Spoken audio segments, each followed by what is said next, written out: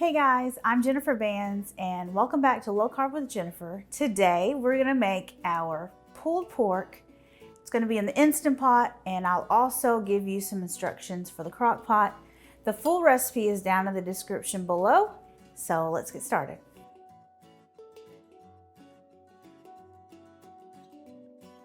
So for starters, we've got a pork roast here, and this is a pork shoulder. It's also called a pork butt. It's not actually the butt, it's the shoulder. So we've got this, and it's about 4 pounds. It does have a bone in it, and it doesn't matter if it has a bone in it. If you go to the grocery store and you find one that's boneless, that's fine. This actually was an 8-pound roast that we cut in half. And you can buy a large roast, you can cut it in half, freeze the rest for later, because this makes a lot of pulled pork. So our rub for the pulled pork is garlic powder, smoked paprika, salt and pepper, cumin, and onion powder. So we're going to dump all of that into a bowl. And we're going to mix it all up. So we've got about a tablespoon of each of the spices, and the salt was 2 teaspoons, and the pepper was a teaspoon. But all of that's down in the description below. So we're going to stir this up, and then we're going to rub it all over our pork. This is going to be super flavorful. Okay, now we're going to dump this on the pork, and then we want to rub it in. We're going to flip it over and do the same for the other side.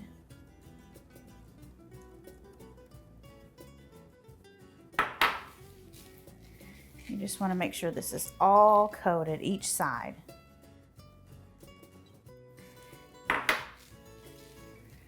It's a messy process, but it's delicious. Okay, we got our pork all rubbed with our rub. I washed my hands, and now we've got our Instant Pot here. I've got it set on sauté, and I've got it on the high setting, so it'll get really nice and hot. And you want to wait for it to say that it's hot before you add the oil. And then when you add the oil, let it get hot, because this gets really hot. But if you don't wait for it to tell you that it's hot, then it's not gonna sear your roast nice and evenly, and it won't get a nice color on it. So I'm gonna go ahead and add some oil. And now I'm just gonna wait for this to get hot again. So if you wanted to use a crock pot for this pulled pork, if your crock pot has a sear setting, you could do that, or you would need to sear it in a skillet, in a hot, like cast iron skillet or a heavy bottom pot. And then you just put it in your crock pot and put it on low for 8 hours or high for 4 hours, or just until it shreds really easily with a couple of forks.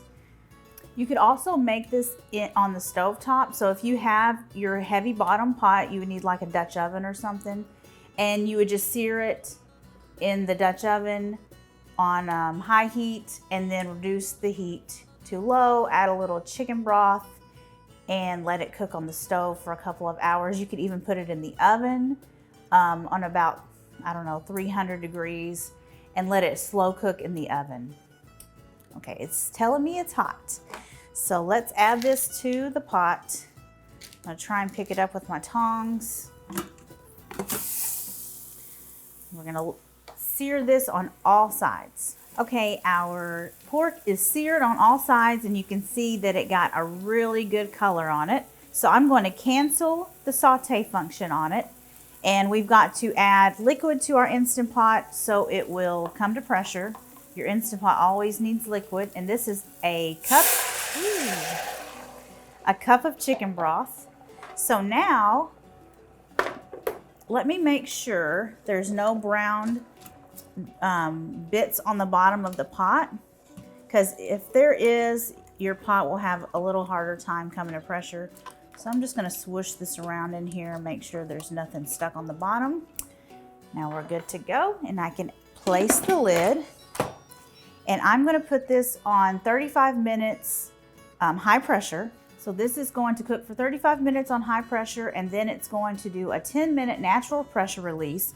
If your pork will not pull, then you need to cook it for a little bit longer, depending on how tough it is, 10 minutes, 15 minutes, and go from there.